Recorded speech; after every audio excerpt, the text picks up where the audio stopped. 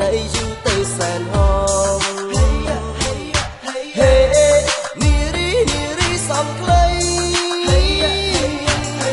បងសរសើរថ្លៃសូមងាកឲ្យចំ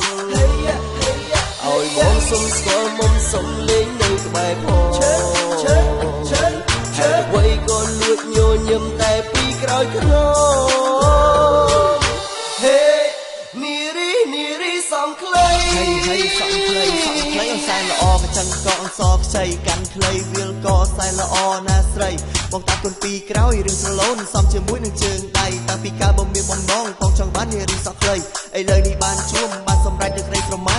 ស្រីចំមុំស្រួយផ្ពាល់ខួយមករៀមដោយបាឡាក្រោយបងលួចតែមើលអូនក្នុងចិត្តសោះតែលួចយកបេះដូងយកមកធ្នមយកមកថែសុំនៅចិត្តសុំនៅក្បែរអូនស្លៀកពាក់សមរម្យអូនសមនារីខ្មែរពេលស្លៀកពាក់ស៊ីវិល័យមិនចាញ់គេមានស្នេហ៍ទៅគៀងសាយជាកែនក្ររួមនេះក៏សមនឹងបងជួយទៅបានជួបមានជំនួបជាមួយនឹងស្រីបងចង់ប្រាប់ថាបែតតីបងចង់ប្រាប់ថាមាននិស្ស័យជួប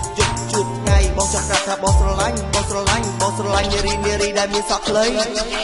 ហេនារីសក់ខ្លីគួយគុណចរណីយូរទៅសែនហងហេនារីសំខ្លី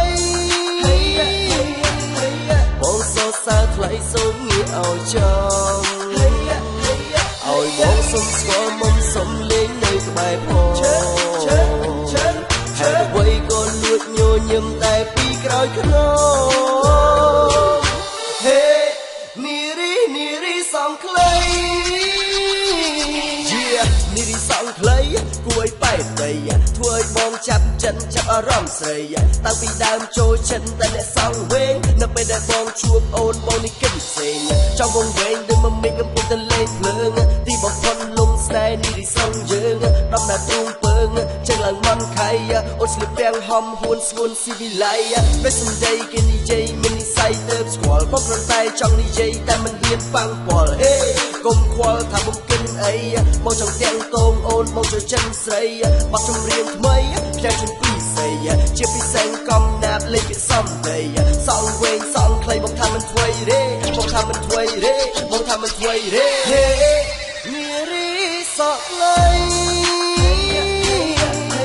គួយគុណចរណីយូរទៅសែនហងហេនារីសំខ្លីបងសរសើរថ្លៃសូមងាកឲ្យចំឲ្យបងសុំស្គាល់មុំសុំលេងនៅក្បែរផងហើយអ្វីក៏លួចញញឹមតែពីក្រោយខ្នងហេនារីសំខ្លី